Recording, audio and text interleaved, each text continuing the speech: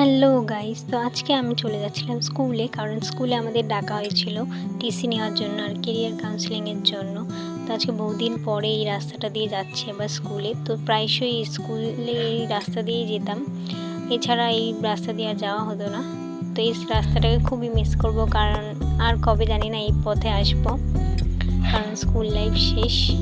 তো সকাল দিয়ে বৃষ্টি হচ্ছিলো, তো বৃষ্টি থামার পরে আমি স্কুলের দিকে রওনা দিলাম। তো 2টো নাগাদ আমাদের ডেকেছিল, তো তারপরে আমি চলে গেলাম। তো এখানে জয়া এসে গেছিলো, আরও বাকি বন্ধুরা চলে এসেছিলো। তো সবাই মিলে আমরা বাইরে দাঁড়িয়েছিলাম যে সবাই আসবে, তারপরে ভেতরে একসাথে ঢুকবো স্কুলের। তো এটা হচ্ছে আমাদের স্কুল, যেখানে আমি 8 বছর প্রায় কাটিয়েছি, 5 থেকে 12 অবধি। তো খুব মিস করবো স্কুলটাকে।